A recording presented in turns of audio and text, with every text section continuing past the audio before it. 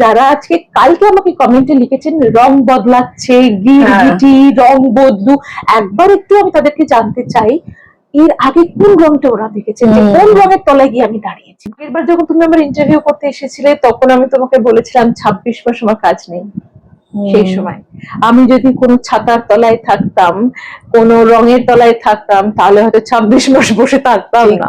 শিল্পীরা লিখলেই সেটাই কটাক্ষ করা হচ্ছে, তার কারণও আছে, বারবারই বলছি তার কারণও আছে। কিন্তু এটা কি তোমার মনে হয় যে মানে অনেকটাই অকারণেও করা হচ্ছে কিছু কিছু মানুষকে, আবার কিছুটা কারণেও?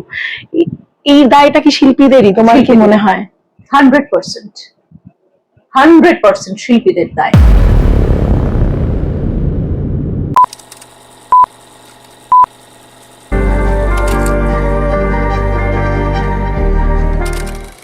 আমরা প্রত্যেকেই নিজেদের মতো করে ভালো থাকার চেষ্টা করি, কিন্তু আসলে ভালো থাকাটা কি? যা আছে সেটার মধ্যেই ভালোটা খুঁজে নেওয়া। যা নেই সেটা নেই, সেটা আমার কপালে ছিল না। তার কারণ এইটা দিয়ে শুরু করলাম হঠাৎ করেই। মানে আমি এখন এই মুহূর্তে আছি মৈত্রেয়ীদির বাবা মায়ের বাড়িতে, মৈত্রেয়ীদির আসল বাড়ি বলা যায়। এবং সেখানে জেঠিমার সঙ্গে গল্প করতে করতে অদ্ভুত একটা রিয়েলাইজেশন, একটা শিক্ষা হলো বলা যায়, যে যেটা নেই সেটা নেই, যা আছে সেটাই আমার কপালে ছিল। এইটাই মনে হয় ভালো থাকে। এভাবে তুমি খুব সহজে, এর জন্য আমি বুঝলাম যে তুমি কেন খুব ছোট ছোট জিনিসে আনন্দ পাও, সেটা উপভোগ করো, অবাক হও। এই কারণেই বোধহয় এই মানুষগুলোর জন্য মৈত্রেয়ীদির বাড়িতে আছি, বুঝতেই পারছেন। মৈত্রেয়ীদি, যেটা বলছিলাম যে এইভাবেই তোমার ভালো থাকা, তোমার সত্যি সোশ্যাল মিডিয়া দেখলে বোঝা যায় এইভাবেই বোধ হয় তোমার ভালো থাকে, এই বাড়ি, মানুষ। আমার নিজের ব্যক্তিগত গণ্ডিটা খুব ছোট্ট অর্পিতা, এবং আমি সেই খুব ছোট্ট পরিসরে খুব খুশি, সেটা মানে বোঝা যায়। এবং ছোটবেলা থেকে এইভাবেই বড় হওয়া আসলে তোমার, মানে বেড়ে ওঠাতে এরকম মানুষদের সঙ্গে, অল্পতেই খুশি থাকো। আজকে আমার খুব কষ্ট হচ্ছে যে তুমি এমন সময় আমাদের বাড়িতে এলে যে আজকে আমাদের বাড়িটা এত খালি। তুমি যদি আর কটা বছর আগে আসতে, দেখতে এই সারা বাড়িটা সারাক্ষণ গম গম করছে। বিশাল বাড়ি আমি দেখছিলাম।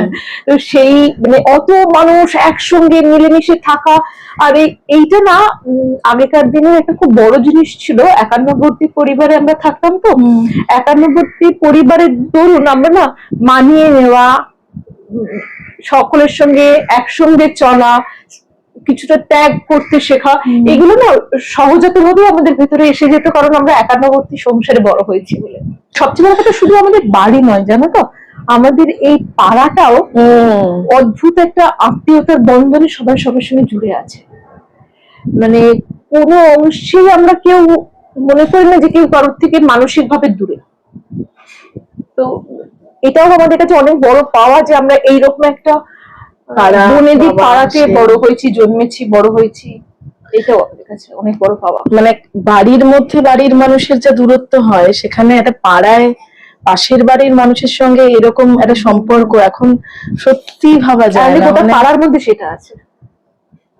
দারুণ লাগে এটা, এটা সত্যি বলতেই হবে।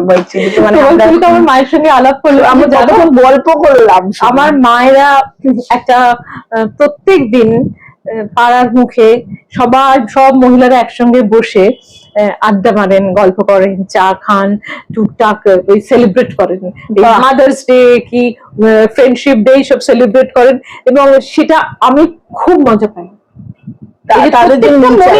প্রত্যেকটা মানুষের মনের মধ্যে তো কিছুটা শিশু সুলভ মন থেকে যায় সারা জীবন।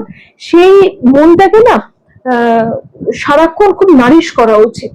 যাই হোক, যেটা মূলত একটা কারণে আসা, তুমি সোশ্যাল মিডিয়ায় খুব অ্যাক্টিভ কখনো আগে এতটা ছিল না, এখন অনেক মনের কথা লেখো, নিজের সিদ্ধান্তগুলো লেখো, সেটাই সত্যি জায়গা মানুষের কাছে পৌঁছে দেওয়া সোশ্যাল মিডিয়ায়। সম্প্রতি একটি পোস্ট যেখানে প্রাক্তন মুখ্যমন্ত্রী মমতা বন্দ্যোপাধ্যায়কে খোলা চিঠি লিখেছো তুমি, এবং সেটা তোমার লেখাটা দেখে বোঝা যায় ভীষণ মন থেকে লেখা, যেখানে একটা না পাওয়া আছে অনেক কিছু, তার প্রতি একটু অভিমান আছে, তার প্রতি ভালো লাগা, ভালোবাসা সবটাই আছে, সম্মান করে, এবং নিজের জায়গাটা খুব স্পষ্ট করে বুঝিয়ে দিয়েছো মৈত্রেয়ী। কিন্তু সেটা বোঝানোর পরও যেহেতু বেশ কিছুদিন ধরে এই রেজাল্টের পর থেকে শিল্পীদেরকে নানানভাবে কটাক্ষ করা হচ্ছে, তার কারণও আছে, অকারণ নয়, কারণও আছে অবশ্যই কিছু ক্ষেত্রে। তোমাকেও নানানভাবে সোশ্যাল মিডিয়ায় লেখা হলো, কিন্তু তোমার বক্তব্যটাই ছিল অন্য।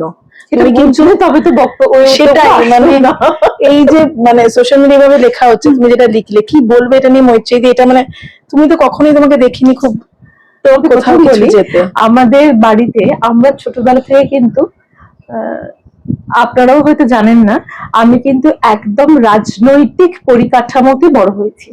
আমার বাড়ি কিন্তু কমপ্লিটলি পলিটিক্যাল এনভায়রনমেন্টের বাড়ি। আমি ছোট থেকে বাড়িতে সৌমেন দা, সুদীপ দা, সুব্রত দা, অজিত পাঁজা, প্রফুল্লকান্তি ঘোষ সকলকে ছোটবেলা থেকে বাড়িতে দেখে বড় হয়েছি। কারণ আমার জেঠু অ্যাক্টিভ কংগ্রেস করতেন এবং তাদের একটা অদ্ভুত একটা অ্যাসোসিয়েশন ছিল। তো আমি না সেই পলিটিক্যাল ব্যাকগ্রাউন্ড থেকে বড় হয়েছি। আমার বাবা অ্যাক্টিভ নকশাল করতেন, আমার কাকা নকশাল করতেন, পরবর্তীকালে আমার কাকা বামফ্রন্ট বা সিপিএম এর সমর্থক ছিলেন। তো আমার বাড়িতে আমি সব রকম পরিবেশ পেয়েছি। আমি যদি ওনাকে সমালোচনাই করি তাহলে আমি কি করে চুটি চাটা হব, যদিও এই দ্যাট ভেরি ওয়ার্ড চুটি চাটাতে আমার খুব আপত্তি আছে। চুটি চাটার সম্পর্কটা যদি খুব ভালো করে বিশ্লেষণ করো, এটার মানে হচ্ছে কারোকে তুমি ফলো করছো বা কারোকে তুমি তাবেদারি করছো। হ্যাঁ, এটা কি জীবনে প্রথমবার মানুষ কাউকে তাবেদারি করেছে বা ফলো করেছে? সারা জীবন ধরে যবে থেকে মানুষের জীবনে সমাজ ব্যবস্থা তৈরি হয়েছে তবে থেকে মানুষ করছে। যদি তুমি সমাজের কথা ছেড়ে দাও, প্রচুর বাড়িতে দেখবে ছেলে মেয়েরা বাবা মাকে দেখাশোনা করছে বলে একটা বয়সের পর গিয়ে বাবা মাকে ছেলে মেয়েকে তোয়াজ করতে হয়। তো এটা তো সমাজের প্রথম একটা জিনিস, অল অফ আ সাডেন এসছে, সবাই ওই জন্য ভীষণ এটার পেছনে পড়ে গেছে, তা তো নয়। একদম ক্ষমতা যেখানে সেখানে সেখানে করবেই। আচ্ছা, আমি করিনি তার কারণ আমি রাজনৈতিক দিকে ঝুঁকতে চাই না বলে। আমি যে তোমাকে বললাম আমার বাড়ির রাজনৈতিক পরিবেশ, আমি চাইলেই রাজনীতি করতে পারতাম। আমার কাছে 2007 সাল থেকে রাজনীতিতে ঢোকার জন্য প্রস্তাব এসেছিল, আমার বাবা সযত্নে তাদের ফিরিয়ে দিয়েছিলেন, কারণ আমি রাজনৈতিক মানসিকতার মানুষ নই। আমি লুকিয়ে রাজনীতি করবো এরকম তো মানসিকতা আমার নেই। আমি যদি করতাম ওপেনলি করতাম। কিন্তু যারা আজকে কালকে আমাকে কমেন্টে লিখেছেন রং বদলাচ্ছে, গিরগিটি রং বদলু, একবার একটু আমি তাদেরকে জানতে চাই এর আগে কোন রংটা ওরা দেখেছেন, যে কোন রঙের তলায় গিয়ে আমি দাঁড়িয়েছি। আমি আগেও দাঁড়াইনি, আমি আজও নেই, ভবিষ্যতেও থাকবো না। খারাপটা খারাপ, ভালোটা ভালো বলাতে তো দোষ নেই। আমি স্পষ্ট কথা বলি, তাতে আমার অনেক ছোটবেলা থেকে আমার ঠাকুমা বলতেন ঝুলন ভীষণ ঠোঁটকাটা। যদি আমি রং কোনো ছাতার নিচে যেতাম, কোনো পতাকার তলায় রং ধরতাম, তাহলে সেই রংটাকে আজম্বরে রাখতাম। এইটুকুনি আমি নিশ্চিন্ত হয়ে বলতে পারি। এবং খুব সহজে বোধহয় তুমি সেই সুবিধাটা নিতে পারতে, সেই সুযোগ এসেছে। এইবারে অনেকে বলছে যে আচ্ছা টাকার গন্ধ পেয়েছে। ও আচ্ছা, সেটাও বলেছে। আমি এইটুকুনি জেনে যাই, একটা জিনিস জানবো, আমি সব কমেন্ট করি। যেখানে উত্তর দেওয়ার প্রয়োজন মনে করি উত্তর দিই, যেখানে উত্তর দেওয়ার প্রয়োজন মনে করি না উত্তর দিই না। কিন্তু এইটা কখনো ভেবো না বা আপনারাও ভাববেন না যে আমাকে সাপোর্ট করে বা আমাকে খুশি করে লিখলেই আমি খুব খুশি হয়ে উত্তর দিই, না না, একদম না। আমি সমালোচনা বা আমাকে কেউ কিছু বললে তার মধ্যে যদি এতটুকু নির্যাস কিছু থাকে, তার মধ্যে যদি এতটুকু কিছু থাকে যেটা আমি নিতে পারি, আমি 100বার সেটাকে অ্যাকসেপ্ট করি। কিন্তু বেফালতু কথার উত্তর দেওয়ার মতন মানসিকতা আমার নেই। আর দ্বিতীয় কথা হচ্ছে, আমি যদি সুবিধে নেব মনে করতাম, আমি যদি ধান্দাবাজি করব মনে করতাম, তাহলে ইন্ডাস্ট্রিতে আমার তো কিছু কম সময় হলো না। তাহলে এতটা বড় অভিনেত্রী আমি যে কেউ জানতে পারলো না সত্যি কোথায় লুকিয়ে আমি রাজনীতিটা করলাম।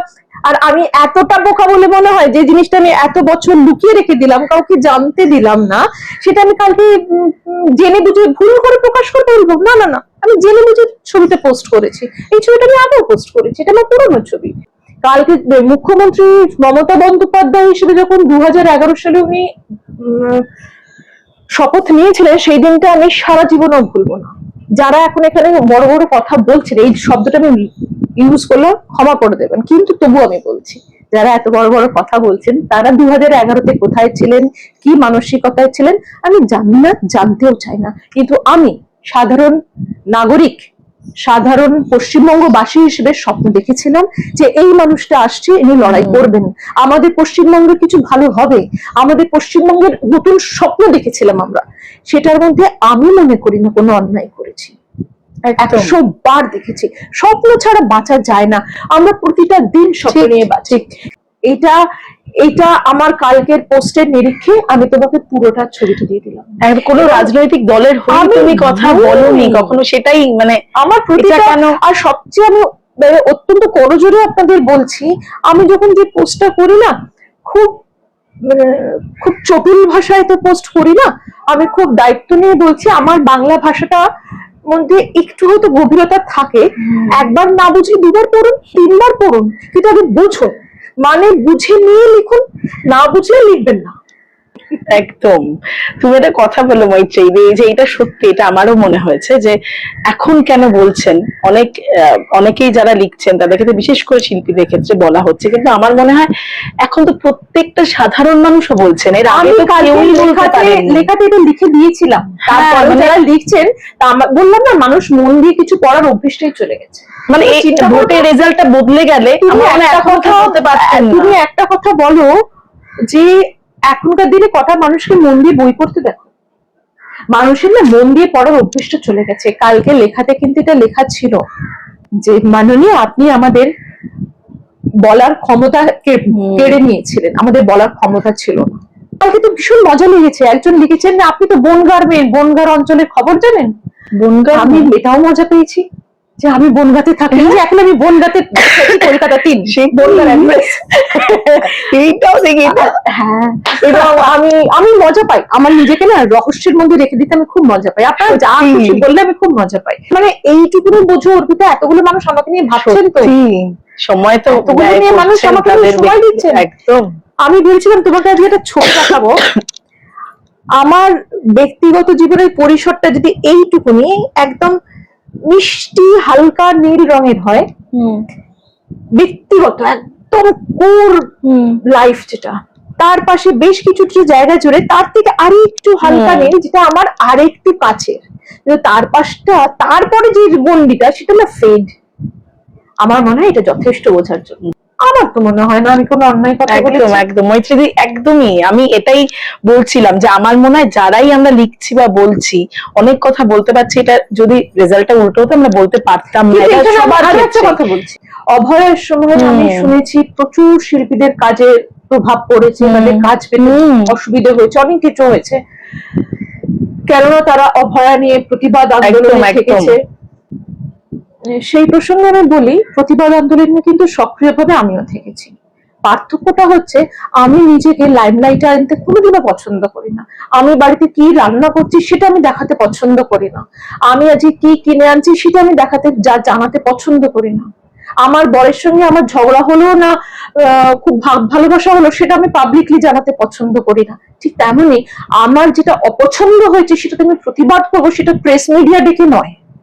আমি রাস্তা দেখেছি, আমি রাত্রির বেলা মিছিলে গেছি, ঘেরাও করেছি, রাত জেগেছি, বাসে করে করে, অটো করে করে বিভিন্ন অঞ্চলে গেছি। এমনকি আজকের ইন্টারভিউটা তুমি দিতে চাইছিলে না, আমি বলে রাখি, আমি সেটা কনভিন্স করিয়েছি মৈত্রী। আমি এটা পাবলিক করা পছন্দ, আমার ব্যক্তিগতটাকে আমি সবার কাছে এত আমি খোলাম, মানে একদম খোলা খাতা করতে চাই না।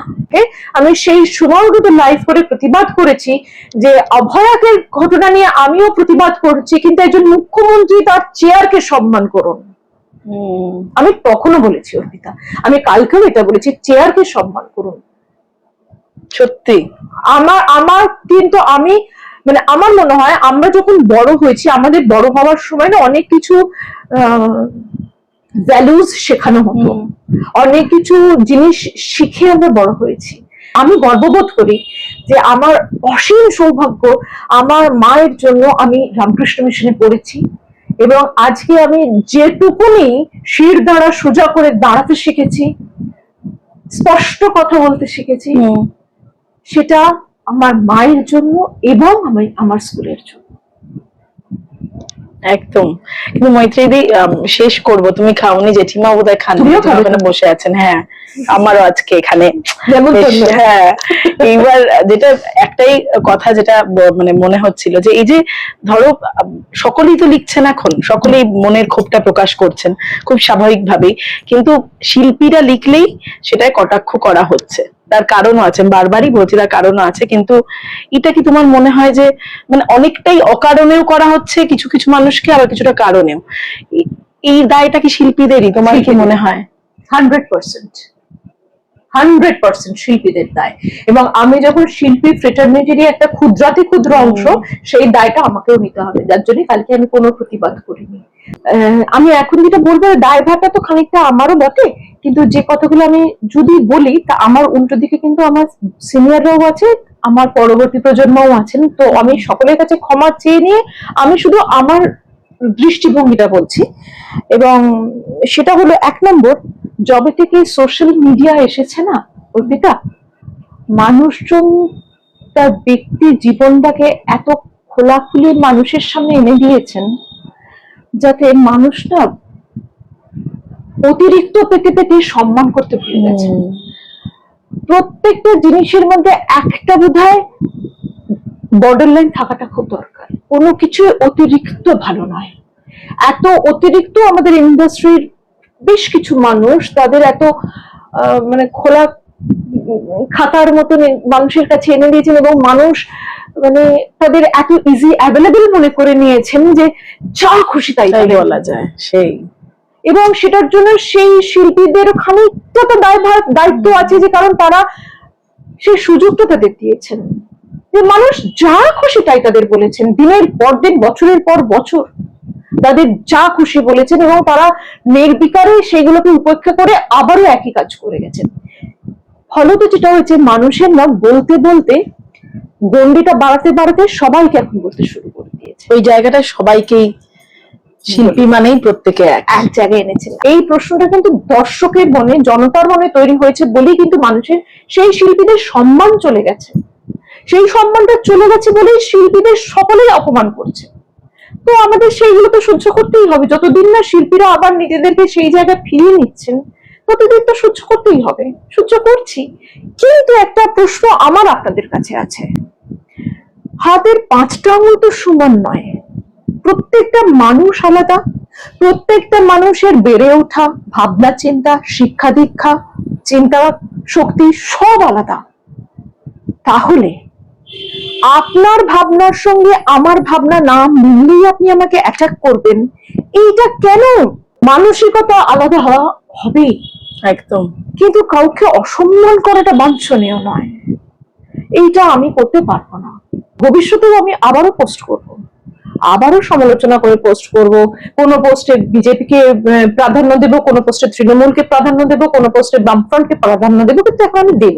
কারণ এই যে আমাদের কথা বলার স্বাধীনতাটা কেড়ে নেওয়া হয়েছিল না 15 বছর, অনেকদিন পর কথা বলার সুযোগ পেয়েছি। তো যতদিন না আবার বিজেপি আমাদের কথা বলার শক্তি কেড়ে দিয়েছে, তার আগে আমি বলে নিতে দিন, বলে দেবো।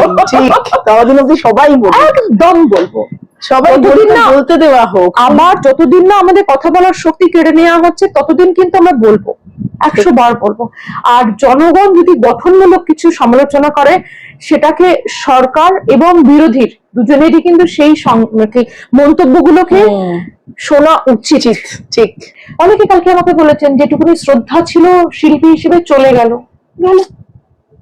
যদি আমি আবার ভালো করে কাজ করতে পারি, আসবে।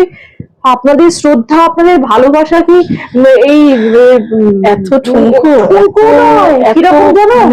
এদের এই ভালোবাসা শ্রদ্ধা, কালকে আমার খুব মজা লাগলো। সেটা হচ্ছে রাস্তায় যেতে গিয়ে পায়ে জামার তলায় লাগা ধুলোর মতন, যে একটু রং লালেই চলে যাবে, সাবান দিয়ে একটু রং লালে চলে গেল। তার মানে কালকে আমার পোস্টটা মানে সাবান বুঝে একটু মন দিয়ে পোস্টটা পড়বে, না পড়ে উত্তর লিখবেন না। আমি না খুব যত্ন করে লিখি, সেটাই সব লেখাটা আমার খুব ভালো, জানো তো, যে পুরোটা মানে যারাই লিখছেন পড়ুন, তারা বুঝুক, তারপর লিখুন। আমার লেখাটা খুব প্যাশনেট, যাদের আমার প্রতি অনেক ভালোবাসা ছিল বা যারা শ্রদ্ধা করতেন, তারা একটা মানুষকে 25 বছর ধরে, 20 বছর ধরে, 15 বছর ধরে কাজ করতে দেখে এসেছেন। তা আপনাদের নিজেদের মানে সিদ্ধান্ত তো এতটা নিজেদের উপরই ভরসা নেই। সেই কি একটা যাকে আমি লেখায়- ভালো মনে হ্যাঁ। হয়েছে তার একটা লেখা পড়তে না পড়তে আমার সবকে চলে গেল। যেটা এত তাড়াতাড়ি চলে যায় সেটা না সেটা না থাকাই থাকাই ভালো। ভালো। আমি না ঠিক। একটা কথা বলবো অর্পিতা, আমার কোয়ান্টিটির দরকার নেই, আমার কোয়ালিটির দরকার। একদম দারুণ দারুণ। আজকে তুমি এত ভালো আজকে কথা বললে মৈত্রী, খুব খোলাখুলি খুব স্পষ্ট কিছু উত্তর দরকারও ছিল মানে এই সময়টায়। সত্যি আমিও ভাবছিলাম, যাই হোক তোমার থেকে পেলাম। এবং আমার মনে হয় যারা দেখবেন শুনবেন সময় দেবেন তারা বুঝবেন, বদলানোর চেষ্টা করবেন নিজেদের মানসিকতা নিজেদের ভাবনাগুলো। Thank you. শেষ করবো মৈত্রীদি, কিন্তু শেষে একটাই প্রশ্ন, যে তোমায় আমরা কিছুদিন আগে বোধহয় এপ্রিলেই লাস্ট হ্যাঁ, বেশ করেছি, প্রেম প্রেম করেছি। করেছি শেষ হলো, তারপর আবার কবে কাজে ফেরা? কারণ তুমি যে মানে যেটা বলছিলে যে তোমার এই অভিনয়টাই মানে অভিনয় বলতে কি পর্দার সামনে অভিনয়টাই তোমার এখন মূল জায়গা কাজের, তো সেক্ষেত্রে সেখানে গত আবার 25 কবে ফেরা? 26 বছর হয়ে গেল। 26 26 বছর ধরে এটাই আমার একমাত্র কাজ। এটার উপরে নির্ভরশীল হ্যাঁ, তোমার একদম। সবকিছুই। একদম। তো সেক্ষেত্রে সেটাই বলছি, আবার সেটা কবে ফেরা? কারণ অর্পিতা, এর আগের বার যখন তুমি আমার ইন্টারভিউ করতে এসেছিলে তখন আমি তোমাকে বলেছিলাম 26 মাস আমার কাজ নেই। সেই সময় আমি যদি কোনো ছাতার তলায় থাকতাম, কোনো রঙের তলায় থাকতাম, তাহলে হয়তো 26 মাস বসে থাকতাম না। এইটুকুনি আপনি ভরসা রাখতে পারেন। আর এতদিনে আমার 2-3টে ফ্ল্যাট অন্তত হয়ে যেত, কিন্তু আমার নেই। আমার একটাই ফ্ল্যাট, এবং সেটা খুব ছাপোষা, সেটা অর্পিতা নিয়ে গিয়ে দেখেছে। এবং আমার বাড়ি এতটাই ছাপোষা যে একবার ইন্টারভিউ ওখানে করার পর দ্বিতীয়বার করার আর কোনো জায়গা ছিল না বলে আজকে এই বাড়িতে এসেছি। সত্যি তো আমিও আমি গেছি, কবে তোমার- কাজ আবার শুরু হবে জানি না, কিন্তু ঈশ্বরকে এটাই চাই যে আমার তো শুধু কাজটার উপরে নির্ভর করে সংসার চালাতে হয়। এবং আমি না খুব ছোট থেকে যখন মাধ্যমিক দেওয়ার 1 মাস পর থেকে প্রথম রোজগার করতে শুরু করি। তখন আমি 100 টাকা মাইনে পেতাম, একটা টিউশন করতাম। তখন থেকে আমার একটা মনের মধ্যে জেদ ছিল। এই যে বললাম আমার বাবা নকশাল করতেন, আমি রাজনীতি কেন করি না জানো? আমি রাজনীতির খুব খারাপ দিকও দেখেছি। আমি আমার বাবাকে ছোট থেকে দেখেছি একটা মানুষের সারা শরীরটা ভাঙা পুলিশ এত মেরেছিল এবং তাকে মৃত বলে ফেলে দিয়েছিল। ডক্টর এসে চেক করে দেখেছিলেন উনি বেঁচে আছেন। তো রাজনীতির খুব খারাপ দিকও আমি দেখেছি, যে জন্য আমার রাজনীতির প্রতি কোনো আগ্রহ নেই। তো আমি জানতাম যে আমাকে বড় হতে হবে, সংসার চালাতে হবে, আমাকে বাবার পাশে দাঁড়াতে হবে, কারণ আমিই বাবার ছেলে। তো আজ রোজগারটা এতটা ইম্পর্টেন্ট ফ্যাক্টর। ঠাকুরের কাছে প্রতিনিয়ত চেষ্টা করে প্রার্থনা করি, ঠাকুর আমার বিরাট কিছু চাই না, আমার 4টে ফ্ল্যাট, 2টো দামি গাড়ি, মানে অনেক গয়না, এসব চাই না। আমরা ছাপোষা মানুষ, দুবেলা শান্তি করে খেয়ে নিশ্চিন্তে, কারোর চোখ রাঙানিতে নয়, নিশ্চিন্তে ঘুমোবো, বাড়ির লোকেদের খেয়াল রাখবো, যত্ন করবো, এইটুকুনির মতন কাজ দাও। আর আমার কিছু চাই না।